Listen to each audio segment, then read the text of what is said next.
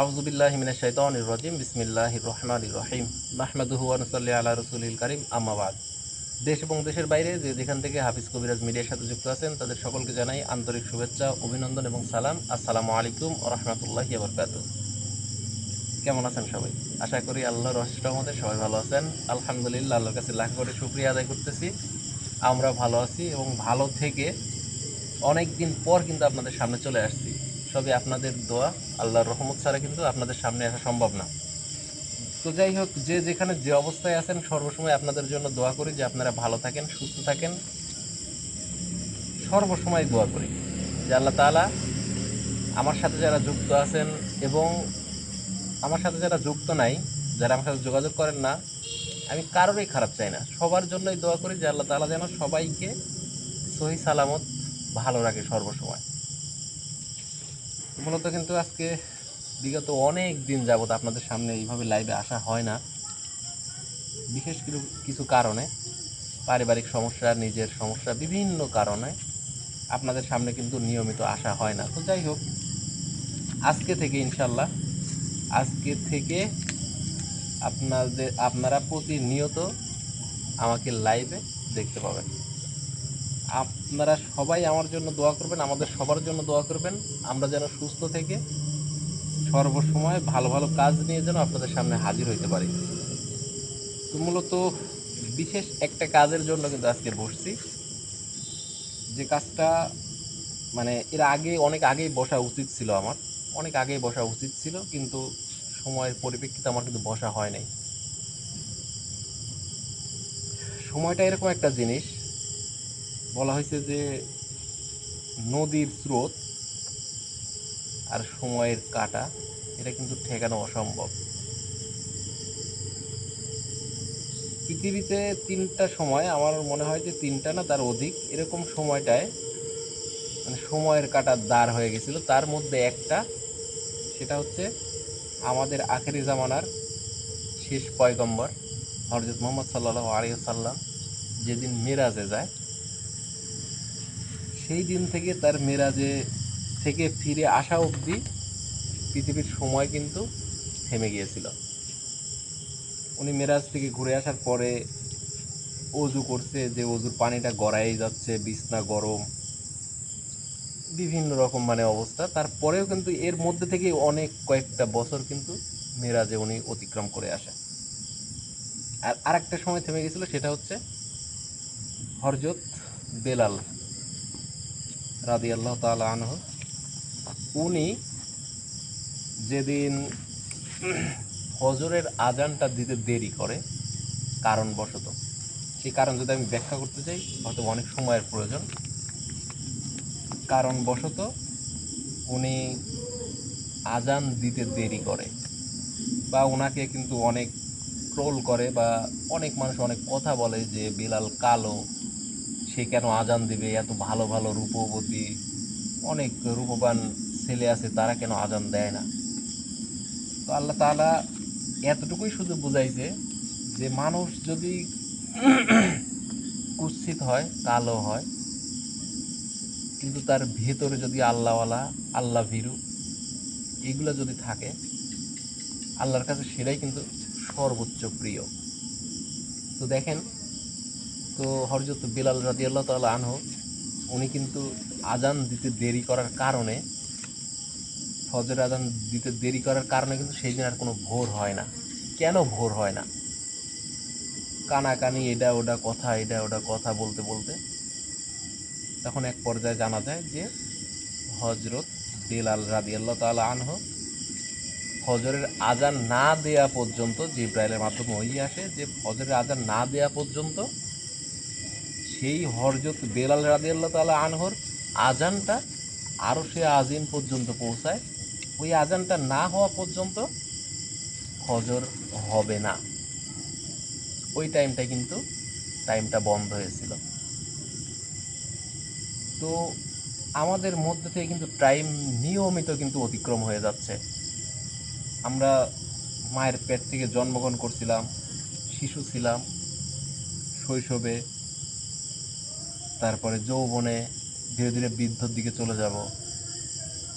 এই যে দেখেন আমাদের মধ্যে থেকে কিন্তু সময়টা আমাদের জীবনের থেকে চলে যাচ্ছে। আমি জানি না বা কেউই জানে না যে আল্লাহ তাআলা আমাদের কোন আমলের কারণে আমাদেরকে কোনো একটা ওসিলায়, সর্বোচ্চ বড় ওসিলা হযরত মুহাম্মদ সাল্লাল্লাহু আলাইহি সাল্লামের আমরা উম্মত, এটাই হচ্ছে সর্বোচ্চ বড় ওসিলা। তারপরেও হয়তো বা কোনো একটা নেকি, কোনো একটা ভালো কাজের জন্য কিন্তু আমাদেরকে আল্লাহ তাআলা পুলসিরাত পার করায় দিবেন, জান্নাতে দিতে পারে আল্লাহ তাআলা যদি চায়। আমরা একটা সেকেন্ডের হিসাব দিয়েও কিন্তু আমরা জান্নাতে যাইতে পারবো না। যে একটা সেকেন্ড আমরা কিভাবে অতিক্রম করছি এটার হিসাব দিয়ে কিন্তু আমরা জান্নাতে যাইতে পারবো না। আর দেখেন এত বড় একটা জিন্দেগি, এই জিন্দেগির যদি শিশু থেকে শুরু করে মায়ের পেট থেকে পড়ার পর থেকে শুরু করে যদি মরা অবধি আমাদের যদি হিসাব দেওয়া লাগে, কোনোভাবে সম্ভব সম্ভব না। কিয়ামত দিন ইয়া নফসি ইয়া নফসি ইয়া নফসি করে কিন্তু সবাই দৌড়াবে। অনেক কয়েকটা নবী হযরত আদম আলাইহিস সালাম থেকে শুরু করে অনেক কয়েকটা নবী কিন্তু সিজদারত অবস্থায় থাকবে। ইয়া নফসি করতে করতে এক একটা নবীর কাছে যাবে সবাই। কোনো নবী কিন্তু শাফায়াত করতে পারবে না। একমাত্র লাস্ট আমাদের নবী হযরত মুহাম্মদ সাল্লাল্লাহু আলাইহি সাল্লাম, উনিও কিন্তু সিজদারত অবস্থায় থাকবেন। তো আমি আপনাদের কাছ থেকে ক্ষমা চেয়ে নিচ্ছি। মানে আমি আসনে বসলে আপনারা বলেন যে হাফিজ ভাই আপনি কথা একটু বেশি বলেন। এই কথাগুলো কিন্তু আপনাদের কাছে প্রচার করাও কিন্তু আমার কর্তব্য। আমি শুধু জিন হাজির করলাম, জিন দিয়ে কাজ করলাম, একটা সমস্যার সমাধান করলাম, এমন কিছু না কিন্তু। এই কথাগুলো আপনাদের কাছে প্রচার করাও কিন্তু এটা আমার নৈতিক দায়িত্ব। হয়তো আমার কথার উসিলায়, আমার কথার বরকতে যদি আল্লাহ তাআলা কাউকে যদি মনের মধ্যে যদি একটু হেদায়েত দান করে, ওটাই আমার জীবনের সর্বোচ্চ বড় পাওয়া। তো যাই হোক, আপনাদের কাছে অনেক কিছুই বলতে চাই। আমি আসনে যদি বসি, বসার পরে আমার ভিতর থেকে মানে কথা কেমন জানি শুধু আপনাদের কাছে মনে হয় শুধু বলেই যাই, আমার কথার কোনো শেষ হয় না। আমি জানি না, অনেক কবিরাজ আছে আপনাদের দেখা মতে, হয়তো অনেক কবিরাজ আছে তারা কিন্তু আসনে বসে জিন হাজির করে, জিন হাজির করে জিন দ্বারা কাজ করে কিন্তু তাদেরকে বিদায় করে দেয়। তো এই যে কথাগুলো কিন্তু প্রত্যেকটা কথা আমার মনে হয় না একটাও কোনো বাজে কোনো কথা আপনাদের কাছে বলছি। আমি শুধু এতটুকু বুঝাইছি যে সময়ের মূল্য সময় থাকতে দিতে শেখেন। সময় গেলে কিন্তু সাধন হবে না। জীবন থেকে যে সময়টা অতিক্রম হয়ে চলে যাচ্ছে, যৌবনকাল, সর্বোচ্চ ইবাদতের শ্রেষ্ঠ সময় হচ্ছে যৌবনকাল। এই যৌবনকালে এক সেজদা বৃদ্ধকালে 70 সেজদার সমান। তাহলে একটা বার হিসাব করেন যে আমাদের ভিতর থেকে যে যৌবনকালটা চলে যাচ্ছে, এই যৌবনকালে আল্লাহ তাআলা বলছে তোমার শৈশবের হিসাব দেওয়া লাগবে না, তোমার কৈশোরের হিসাব দেওয়া লাগবে না, তোমার বৃদ্ধ বয়সের হিসাব দেওয়া লাগবে না, তুমি শুধু তোমার যৌবনকালের হিসাবটা দিয়ে তুমি জান্নাতে চলে যাও। একটা সেকেন্ডের হিসাব দিতে পারবো না প্রিয় ভাই, প্রিয় বোনেরা। আপনাদের অনুরোধ করে বলতেছি, যে যেখানে যে অবস্থায় থাকেন সর্বসময় আল্লাহ তাআলার শুকরিয়া আদায় করবেন। আল্লাহ তাআলার ছোট ছোট আমলেই আল্লাহ তাআলা খুশি, সন্তুষ্ট। অনেক দিন পর যদি কোনো বেয়াদবি করে থাকি অবশ্যই মাফ করবেন। মাফ করা মহত্বের লক্ষণ। আল্লাহ তাআলা বলছে তুমি অন্যকে মাফ করে দাও, আমি তোমাকে মাফ করে দেব। সুবহানাল্লাহ। তাই যদি আমি ছোট মানুষ হিসেবে যদি কোনো ভুল করে থাকি, হ্যাঁ, আর অবশ্যই একটা কথা আপনাদের কাছে বলি, কাজের ক্ষেত্রে যদি আপনাদের সাথে যোগাযোগ মানে যেভাবেই হোক আপনারা একটা কাজ দেন বা আমি কোনো কিছু আমাকে জিনের তরফ থেকে দেওয়া হয়েছে সেই জিনিসগুলো যদি আপনাদের না দিতে পারি, ভাই মন খারাপ করবেন না। আল্লাহ তাআলা উত্তম পরিকল্পনাকারী। আমি কি কারণে আপনাদেরকে দেই না বা আপনাদেরকে দেই নাই, এর একটা কারণ আছে। আমাকে যখন দরবেশ হুজুর, সাহাবী হুজুর বা আরো যেগুলো আছে আমার সাথে, তারা যখন বলে যে হাফিজ সাহেব আপনি এই জিনিসটা যে ওর কাছে দিবেন, এই জিনিসটা পাওয়ার পরে তার জীবনে আরো দুর্বিষহ নেমে আসবে। আমি তো জেনে বুঝে আপনাদেরকে ক্ষতি করতে পারবো না, হয়তো আপনাদেরকে বলতে পারি না এটা, কারণ নিষেধ থাকে। যখন আপনাদেরকে এই কথা বলবো তখন কিন্তু আপনাদের মনের মধ্যে ভয়টা আরো বেশি কাজ করবে যে আমাদের জীবনে ওটা পাওয়ার পরে যদি দুর্বিষহ নেমে আসে। এই কারণে কিন্তু হয়তোবা সবার ক্ষেত্রে না, সবার ক্ষেত্রে না। আমি যে জগৎটায় আছি এই জগৎটা কিন্তু এক একটা মানুষের রূপরেখা নিয়ে কিন্তু কাজ করতে হয়। আমার আমার যে আমার যে রূপরেখা, আমার সাথে কিন্তু আমার সামনে যে বসে আছে শাকিল ভাই, আসসালামু আলাইকুম। শাকিল ভাইয়ের কিন্তু রূপরেখা কিন্তু মিলবে না। তার যেটাই আমি বলি রেখা বা যেটাই বলি, তার সাথে কিন্তু আমারটা ম্যাচিং হবে না কোনো সময়ও না। 140 কোটি মানুষ, পৃথিবীতে 140 কোটি মানুষ আছে। আমরা যেটাকে বলি ফিঙ্গার, আঙ্গুল, বৃদ্ধা আঙ্গুল, এই আঙ্গুলের 140 কোটি মানুষের 140 কোটি, তার মধ্যে একটা মানুষের সাথে এই আঙ্গুলের ছাপ মিলে না। তাহলে কিভাবে ভাবলেন যে আমরা সবাই এক? এক না ভাই, আমাদের জীবনে বিভিন্ন রকম সমস্যা থেকে থাকে। অনেক কথা বলছি, মাফ করবেন। আর মূলত বিশেষ একটা কাজ নিয়ে আজকে আপনাদের সামনে হাজির হয়েছি। সেই কাজটা আমার অনেক আগেই করা উচিত ছিল। আপনারা জানেন যে আমার লাস্ট একটা কাজ গেছে, সেটা হচ্ছে একটা পরিত্যক্ত কবরস্থানে 21,000 দরবেশ এবং 21,000 তান্ত্রিককে যে আমি মুক্ত করছিলাম। সেখান থেকে আমাকে বলা হয়েছিল যেটা মুক্ত করার পরে আর কোনো কিছু করা লাগবে না। কিন্তু তার পরবর্তীতে দরবেশ হুজুর, সাহাবি হুজুর এবং সেই 21,000 দরবেশের সর্দার এবং 21,000 তান্ত্রিকের সর্দার, তারা কিন্তু আমাকে বেশ কয়েকবার অবগত করছে। আমি কিন্তু তাদের সামনে আসতে পারি নাই বিভিন্ন সমস্যার কারণে। তো আজকে আমি সাহাবি হুজুরকে ডাকবো, তারা কি কারণে আমাকে অবগতি করছে এইরকমভাবে, মূলত তার মুখ থেকে আমি শুনবো এবং আপনাদেরকেও শোনাবো। তো সবাই দোয়া করবেন আজকের কাজটা এবং তাদের যে কথাবার্তা, সেগুলো আপনাদের কাছে অতি মূল্যবান কথাবার্তা, অতি মূল্যবান। আপনারা কিন্তু সবাই পাশে ছিলেন। 21,000 দরবেশ এবং 21,000 তান্ত্রিককে মুক্ত করার জন্য কিন্তু আপনারা সবাই পাশে ছিলেন, আপনারা সবাই দোয়া করছেন। তো আজকেও দোয়া করবেন এবং আমি জানি না যে আগামীতে কী ঘটবে, সেটার জন্য আপনারা সবাই দোয়া করবেন। শাকিল ভাই, হ্যাঁ, কেমন আছেন ভাই? আলহামদুলিল্লাহ ভালো আছি। সুস্থ আছেন? হ্যাঁ, আলহামদুলিল্লাহ।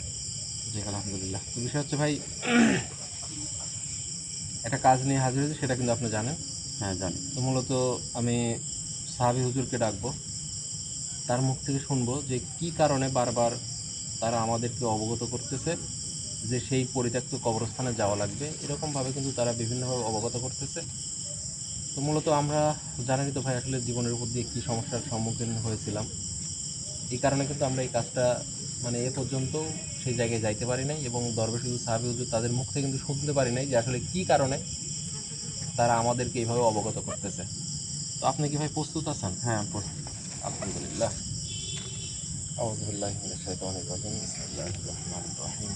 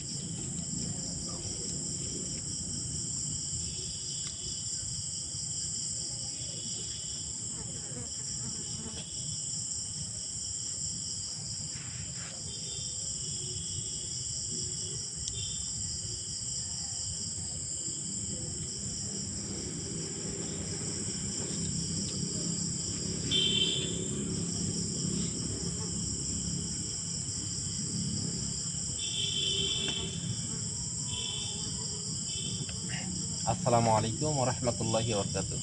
ওয়ালাইকুম আসসালাম রহমতুল্লাহি ওবরাকাত। হুজুর কেমন আছেন? আলহামদুলিল্লাহ ভালো আছি। তুই কেমন আছিস? আলহামদুলিল্লাহ ভালো আছি। ভালো আছি, যে অবস্থায় থাকি আল্লাহ তাআলার শুকরিয়া আদায় করি। তো কেমন আছি সেটা অবশ্যই আপনি জানেন, অবগত আছেন। তো বিষয় হচ্ছে, অনেক দিন পর, বেয়াদবি মাফ করবেন, অনেক দিন পর আপনার সামনে আসলাম।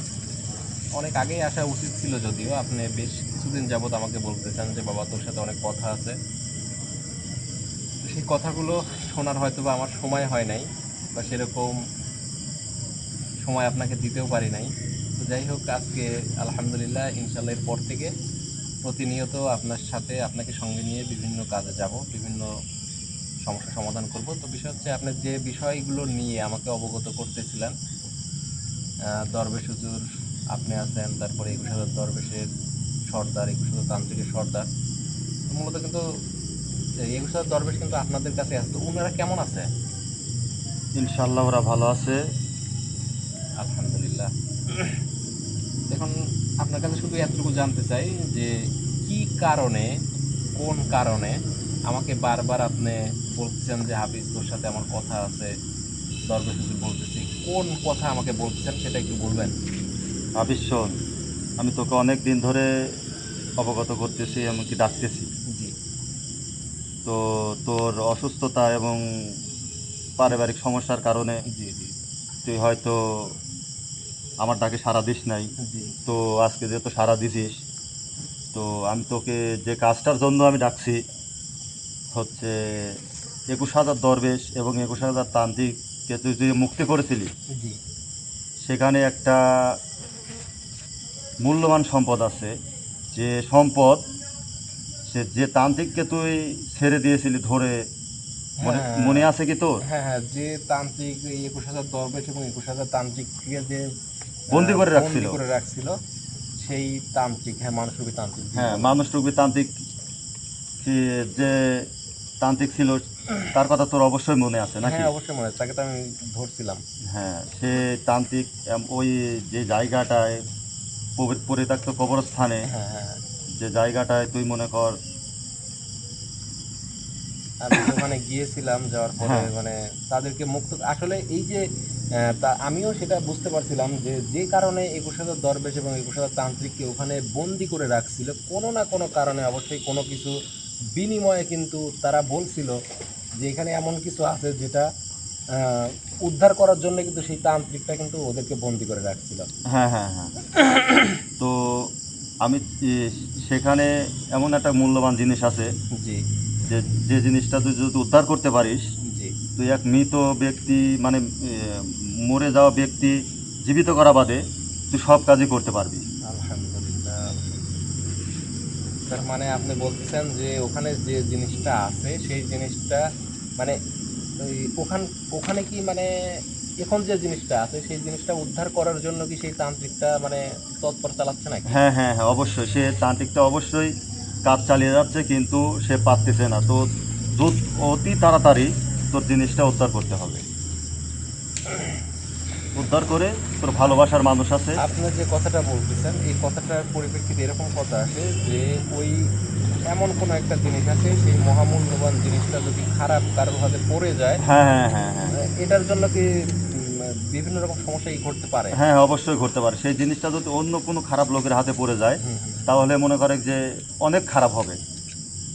এই যে একটা নোট করার মতো কথা, তো বিষয় হচ্ছে যে তান্ত্রিকটা তাদেরকে বন্দি করে রাখছিল শুধু কিন্তু এই জিনিসটার বিনিময়ে, কিন্তু মানে তাদের কাছে চাওয়া ছিল যে এই জিনিসটা আমাদেরকে দিবি, বিনিময়ে তোদেরকে মুক্ত করব, কিন্তু তারা ২১,০০০ দরবেশ এবং ২১,০০০ তান্ত্রিক তারা কিন্তু রাজি ছিল না, বিদায় কিন্তু তাদেরকে বন্দি করে রাখছিল।